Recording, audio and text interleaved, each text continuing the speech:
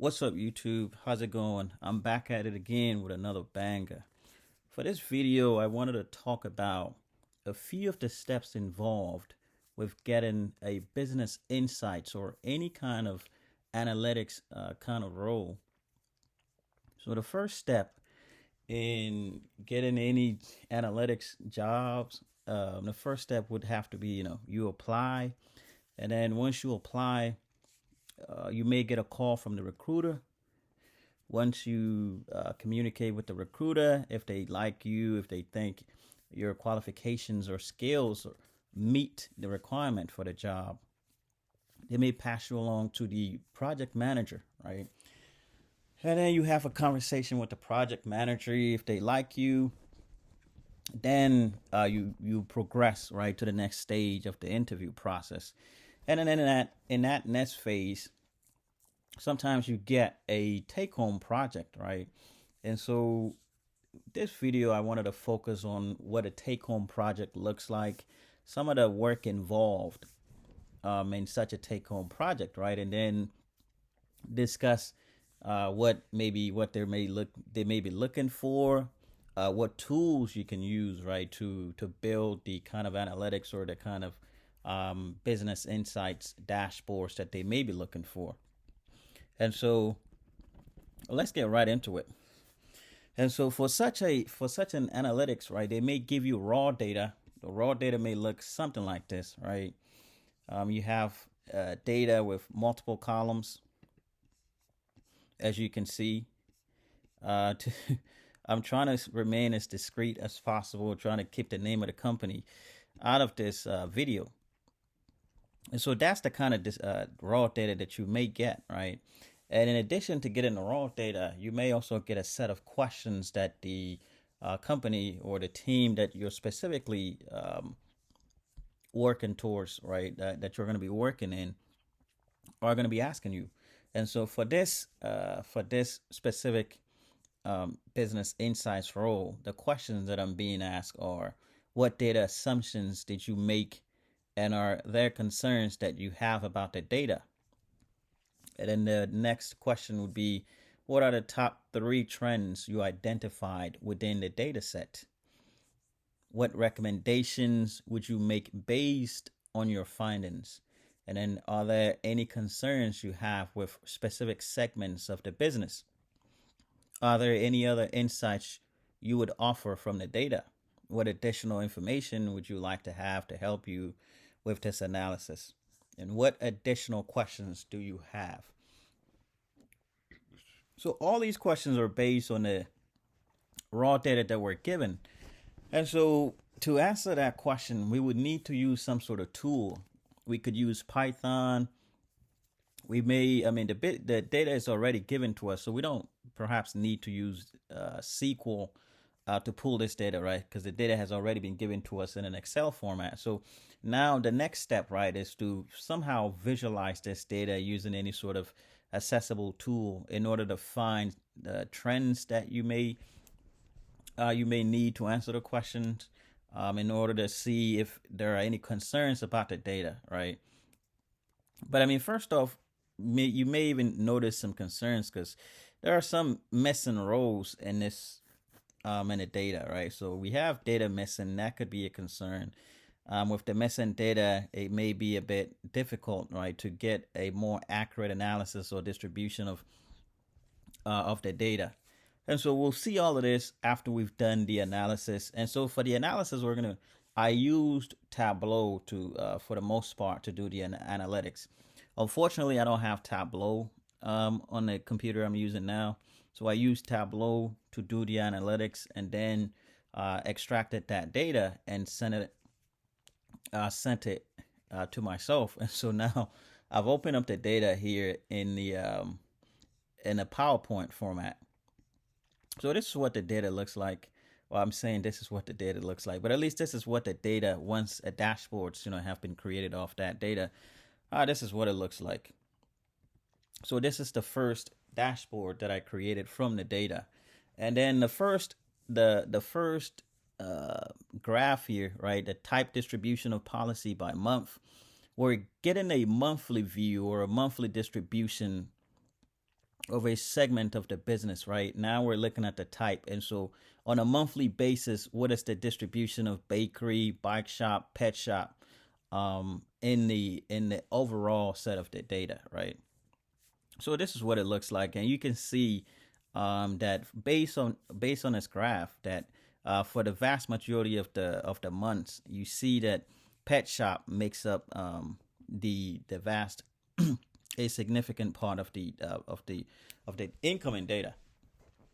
And then we also see that in the months from January to June, the data coming in, or at least the number of data coming in, aren't as much as from July to December, right? And so yeah, that would be the type distribution on a monthly basis.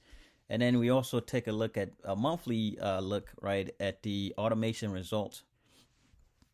So for this one, we can see that in terms of the number of policies coming in, the accept automation results seems to be the highest in in all of the months, right? And then we have refer as the second, and then last being the reject automation results, right? And so you kind of get a sense of the data on a monthly basis, right? What those numbers, or what the distribution of each of those automation results are. And then afterwards, what I did was I took a look at the whole revenue coming in, right? And in terms of the policy, individual policies, and then realized that on a whole, the individual policies coming in that are less than 10K, right? The individual policies that are less than $10,000 made up about 96% of the whole data, right? Of all the data coming in. And then the policies with price ranges higher than 10,000 or equal to or greater than $10,000 only made up about 4%, right? So it looks almost to me as though the vast majority of policies coming in are policies less than $10,000. And so the company's focus should primarily be on the policies, or at least the company makes the vast majority of its income or revenue from policies less than $10,000. So this is the second dashboard that was created. And then in this one, we look at the touch reason count per month. And so if we zoom in there, we see the line of business. And in terms of the policies, incoming policies, we see that the BOP line of business, right, makes up the vast majority of the policies coming in, right?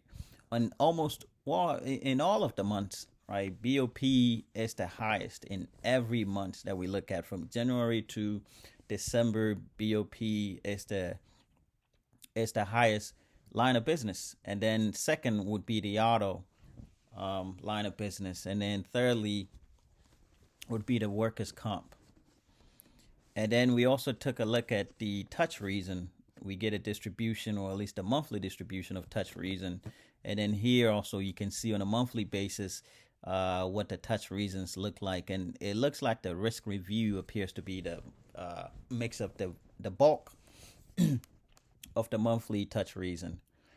And then in addition to that, I also plotted the number of policies coming in on a monthly basis, and then got a monthly average, right, to see. So once I did that, I was able to see which months met the average or which months did not meet the average, right? And looking at it from that view, we see that about from January to June, those months do not meet the average. And then it looks like December appears to be right on the cusp of the average line, right? So we don't know if it's because I didn't add, specific values for each of the months, right? One thing we could do here to confirm if December meets the average or below the average, right? So that first view, the top graph, shows us the number of incoming policies, right? Another way we can get a second look at this by looking at the revenue, right? So I plotted the revenue and then also got the monthly average for the revenue. And then here you can see very clearly that while in terms of numbers, right, on a number basis, December might have met the average, the monthly average. On a revenue basis, December fall below the monthly average.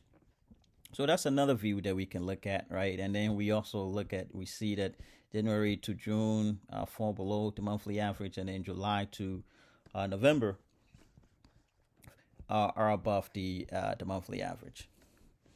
And then in addition to that, I also plotted a distribution of the premium amount, or the distribution of revenue, I should say, by region.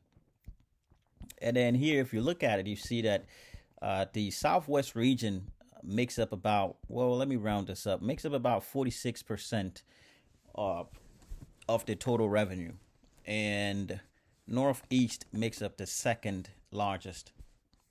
And Midwest appears to be the lowest, right? So that is what it looks like now. And yep. Okay, good. And then the distribute. I also, in addition to the revenue by region, I also plotted the distribution of revenue by source, right? And then we see that the agents are dominating the source, at least the source segment, right? With 85%. I mean, this is really domination, right? And then the direct source only makes up about 15% in this case. And so one thing we could do, right, could be, hey, what are ways that we can perhaps, improve the direct source, right? That could be one way we do. And then, I mean, in addition to that, we should also keep pumping money into the agents, right, to to maintain that market share.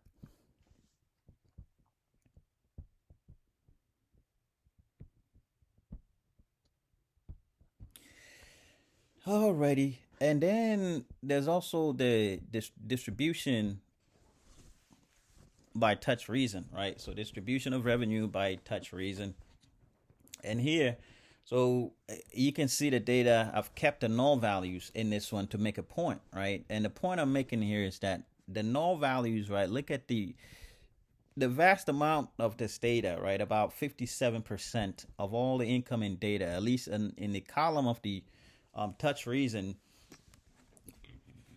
those values are missing. Those are null values, right? And so if we, to do an analysis, if I now clean the data, meaning that if I eliminate the 57% of the null values, right, then the amount of the total revenue that we can account for right now would be 37.4 million, right? I mean, yeah, we can keep this and we can try to extract some intel from this, but this would not be an accurate analysis, right? Because the vast amount of the data there are missing. And so to get a more accurate analysis, we would need to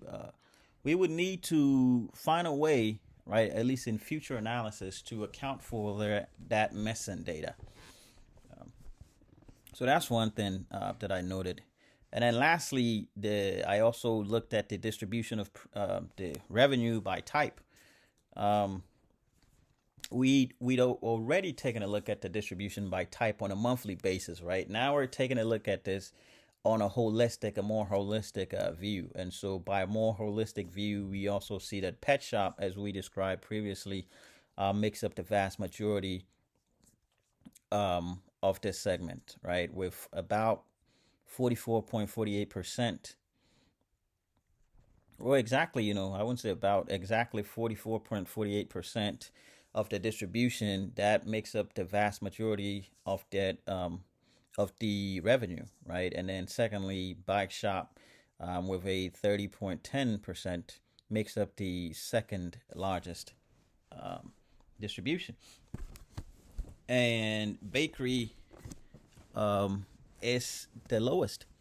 right, with 25.42%. So this is a more holistic view of the revenue by type. And then from that, we also took a look at the distribution of revenue by the line of business. This is more of a holistic view, right? If you recall, we've already looked at the monthly distribution of the line of business, but now we get a more holistic view. And again, we see that the BOP dominates with about 70% of the distribution, and auto making up the second with 25.42%, and the workers' comp here with about 5%. So this is what it looks like. So after looking at the analytics, the recommendations, or at least the assumptions that we made about the data. So the main assumption that I made about the data here is that I assumed that the premium amount at least would be the main or the sole revenue base, right? If we make that assumption, that makes the analytics a bit easier on ourselves. I mean, it may be the case that there may be other revenue generators in the company, or even in a segment, but to make the analytics easier on ourselves, we will assume that the premium amount here is the main source of revenue. And then the top three trends that at least we noticed, right, was that the policies with prices below 10K makes up about 96% of the revenue.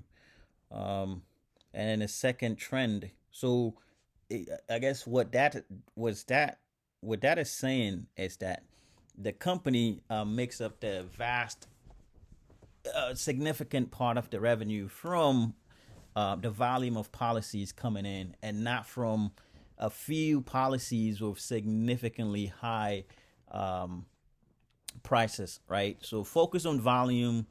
That would be the analytics, or at least the intel there. And then the second one, right, the second trend we noticed was that agents account for 85% of the revenue. And so agents appear to be crushing it, right? But that, I guess, that doesn't necessarily mean that we shouldn't perhaps maybe invest in the direct source as well, right? Because if you can imagine, there now the devices are ubiquitous, right? Internet, almost a great deal of devices we use now, our cell phones, computers, everything, iPads, all those have access to the internet, right? And so direct source, you can imagine, is going to continue. I mean, at least that trend is going to keep encroaching on the agent, right? And so direct source is going to grow, at least in the coming years, right? So we should perhaps invest more in the direct source as well, in addition to maintaining our current dominance in agents. To invest both in agents and direct source. And then the third trend would be that from July to December are the most, it appears to be the most lucrative months, right? And then we saw that from January to June were the months below the average that we calculated. And so that also needs to be looked at, right? Perhaps, what is the reason behind why January to June may the number of policies coming in may be falling under the average, and also in revenue. And then if we recall, in terms of revenue to December also fell below the revenue average. And so that could also be one of the months that we look at, right? And that should be one of the months that we look at in terms of why they're not meeting the monthly average. So that would be the top three trends. But I took the liberty of adding two additional trends, right? We saw that Southwest region made up about 45% of the revenue. And then the BOP appears to be the most effective line of business, bringing in 70% of the total revenue. My recommendations, I guess, will be to focus on volume, like I mentioned before, rather than large single policy sales. That would be the first recommendation. The second recommendation would be to invest more in your agents, since agents appear to be crushing it, right, with 85% of all the incoming policies. But like I said before, that doesn't mean that we should forget the direct source, right? The direct source, as you can imagine, the ubiquity of devices that we have now that have the capability to connect to the internet. I think that distribution is going to be tilting in the direction of direct source in the coming years, right? So that would require some investments as well, perhaps maybe a 70-30, in order to have some investment in the direct source as well. The third recommendation would be to invest more in your BOP line of business. I mean, that appears to be obvious since it's crushing, so much right now. Maintain your dominance, and then also invest in maybe the other line of businesses that might not, might not be maintaining a significant portion of the distribution right now. And then third would be to invest in alternative ways to maximize the July to December revenue, right? So the July to December may be doing well right now.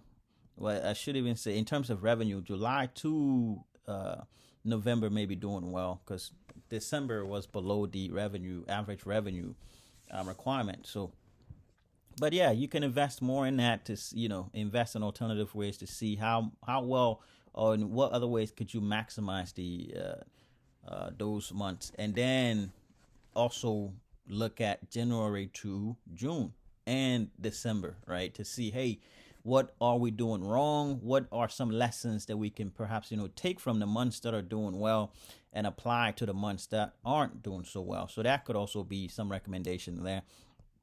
So that could be, maybe, like I said, divide the resources 70-30 on some of the winning segments versus the losing segments, right? And then lastly, in terms of recommendation, would be to utilize some of the tactics from the Southwest region of the on the Midwest and Northeast, right? So whatever tactics that are being used in the Southwest region that is bringing in such a vast amount of the policies, right, we can be using that in the Midwest and Northeast region. So that could be one of the things that we do there. Concerns, I already mentioned the concerns that I had, at least about the missing data, right? I mean, we saw TouchReason that we were missing about 57% of the data. And with that level of missing data, we cannot get an accurate analysis, right, as to the distribution. And if we can't get such an accurate analysis of the distribution, then we can't see exactly, what the TouchReason's impact on the revenue is, right? At least a more accurate analysis. And then concerns for specific segments of the business. I guess my concern would be, why direct source makes up such a small percentage of the total revenue. So that would be my primary concern right now. And then questions would be, so some of the things that I noticed on the data would be, why do accepted policies with rated indicator and bound indicator of 0 and 0 and 0 and 1 respectively typically yield 0 revenue? And an additional insight would be, maybe research-wide, January to June and December fall below the average policy line. In the future, we could probably even use some sort of machine learning, clustering to determine some of the policies coming in, which ones are going to yield 0 revenue and which ones may yield some revenue, right? But I mean, we don't, for this initial data analytics, we don't quite need any sort of machine learning because we can kind of see that with an eyeball analysis, right? And that was what I was referring to, at least in the question that I asked previously. Why do accepted policies with rated indicator and bound indicator of 0.0 and 0.1 respectively yield 0 premium amount? So that's what I'm referring to. We, instead of machine learning, we can kind of use eyeball analysis to see exactly what's going on to determine which of the incoming policies may yield 0 revenue and which ones will yield some revenue. And then lastly, we can also determine average revenue or average policy amount by region. And I actually took the liberty of doing this. And in addition to doing the whole average, right? If you do the whole average by dollar amount, you get you get $2,963 in terms of the policy, right? So that's the average policy. So when I did that, that would be the total. That would be including Southwest and then the Midwest region and the Northeast region. That's the total of all that, right? And in addition to that, I also did averages by Southwest, within Southwest, and then Midwest and Northeast. And surprisingly, Southwest, the average for Southwest actually falls below the $2,963 mark, right? And Southwest appears to be the only region that fell below that average. So that tells me that perhaps, even though Southwest has the vast majority of the policies coming in, the policies coming in from Southwest may also may have lower amounts, right? And on that analysis, I think the highest average was for Midwest, and so I would assume, at least what I can infer from that would be that maybe the policies coming in from Midwest appear to be higher on an individual basis, or perhaps Southwest may have fewer policies with $0 amounts, I should say. So that could also be one of the reasons. And Northeast was also above the average. So Midwest and Northeast were above the total average. It was only Southwest that fell below that average. So overall, that would be my analysis for this data. And if you can see, I've tried to do my very best to keep the name of the company out of this analytics, right? Keeping privacy. I haven't signed any NDAs, but still, I think it's respectful that I keep the company out of this analysis. So this would be a typical analytics that you would do in the take home project, right? Or take home homework that they may give you. And then you would have to present your findings to the team. And if they like what you did in comparison to what the other candidates did, right? I mean, you have to always at least assume that you're not the only candidate, right?